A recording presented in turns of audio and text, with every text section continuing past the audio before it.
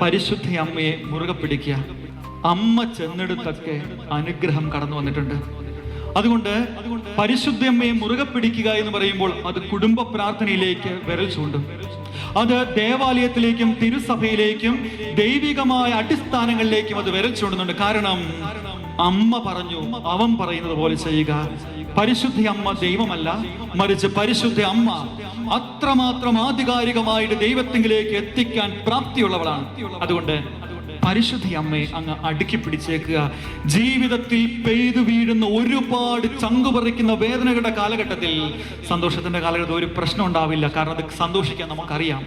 പക്ഷെ കൈകാര്യം ചെയ്യാൻ അറിയാത്ത സാഹചര്യങ്ങളുടെ, വേദനകളുടെ ഒത്തിരിയേറെ ചങ്കുപറിക്കുന്ന കാലഘട്ടങ്ങൾ ഉണ്ടാകുമ്പോൾ അമ്മയുടെ അടുത്ത് ചെന്നാൽ മതി. അമ്മയ്ക്കറിയാം എങ്ങനെ ഒരു കുടുംബത്തെ കൈകാര്യം ചെയ്യണമെന്ന് അമ്മ പിടിക്കും. പക്ഷേ പരിശുദ്ധി അമ്മയെ, ഈശോയെ ATM മെഷീൻ പോലെ കരുതരുതെന്ന് മാത്രം.